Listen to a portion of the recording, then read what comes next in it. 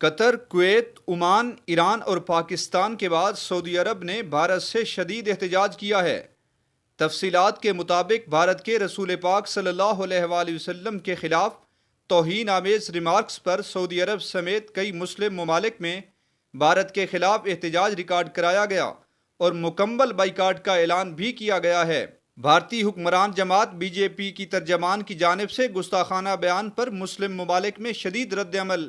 قطر، Kuwait اور ایران میں بھارتی سفیروں کو طلب کر لیا گیا۔ سخت احتجاج ریکارڈ کرایا گیا ہے۔ مصر، سعودی عرب، قطر، بحرین اور کویت مصر، سعودی عرب، قطر، بحرین اور کویت اور دیگر عرب ممالک میں بائیکاٹ انڈیا کی مہم بھی چل پڑی ہے اور بھارت سے درآمد شدہ اشیاء استعمال نہ کرنے کی اپیل کی جا رہی ہے۔ مفتی اعظم عمان احمد بن الخلیلی نے بھارتی اشیاء کا بائیکاٹ کرنے کی اپیل کرتے ہوئے کہا کہ بی جے پی ترجمان کا یہ اقدام ہر مسلمان کے خلاف ہے۔ اس پر مشرق سے مغرب تک تمام مسلمانوں کو ایک ہونا چاہیے۔ علاوہ ازیں بھارتی شہروں میں بھی احتجاج اور ہنگامہ آرائی شروع ہو گئی ہے۔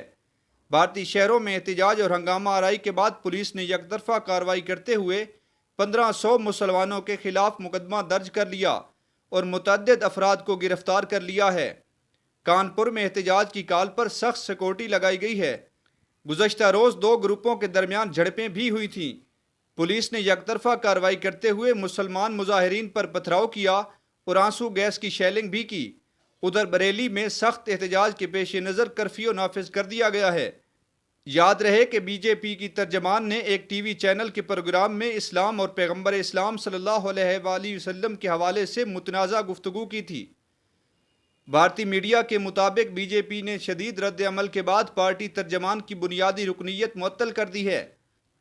دوسری جانب وزیراعظم شہباز شریف نے بھارتی حکمران جماعت بی جے پی کی ترجمان کی جانب سے نبی کریم صلی اللہ علیہ وآلہ وسلم کی شان میں گستاخی کی شدید مذمت کی ہے۔ ایک بیان میں وزیراعظم کا کہنا تھا کہ ہم بارہا کہہ چکے ہیں کہ فاشسٹ مودی کی قیادت میں بھارت مذہبی آزادی پامال کر رہا ہے۔ بھارت میں مسلمانوں پر شدید ظلم و ستم جاری ہے۔ دنیا بھارتی انتہا پسندی کا نوٹس لے۔ وزیراعظم شہباز شریف کا کہنا تھا کہ ہمارے لیے نبی کریم صلی اللہ علیہ وآلہ وسلم کی محبت سے بڑھ کر اور کچھ نہیں۔ تمام مسلمان نبی کریم صلی اللہ علیہ وآلہ وسلم کی محبت اور ناموس کے لیے اپنی جان قربان کر سکتے ہیں۔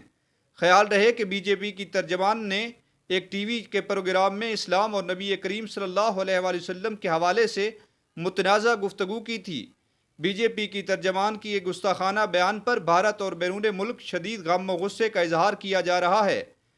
بھارتی شہروں میں احتجاج اور ہنگامہ آرائی کے بعد پولیس نے یک طرفہ کارروائی کرتے ہوئے 1500 مسلمانوں کے خلاف مقدمہ درج کر لیا اور متعدد افراد کو گرفتار کر لیا ہے۔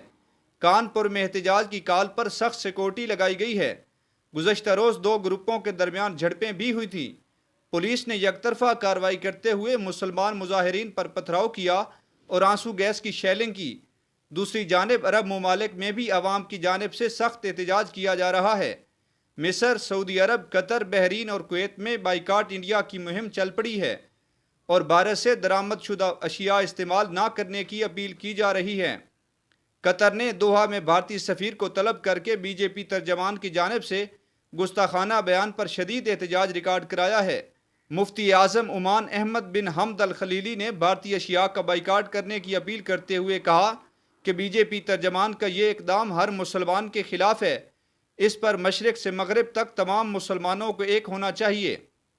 پاک فوج نے بھارتی حکام کی جانب سے حضور پاک صلی اللہ علیہ وآلہ وسلم کی شان اقدس میں گستاخی کی شدید مذمت کرتے ہوئے کہا ہے کہ بھارت میں مسلمانوں اور اقلیتوں کے خلاف نفرت انگیز سلوک روا رکھا جا رہا ہے۔ D G I S P R major general Babar Iftikhar کی جانب سے جاری بیان کے مطابق مسلح افواج نے حضور پاک صلی اللہ علیہ وآلہ وسلم کی شان اقدس میں گستاخی کی شدید مذمت کرتے ہوئے کہا کہ یہ افسوسناک عمل مسلمانوں کے خلاف شدید نفرت کا منہ بولتا ثبوت ہے۔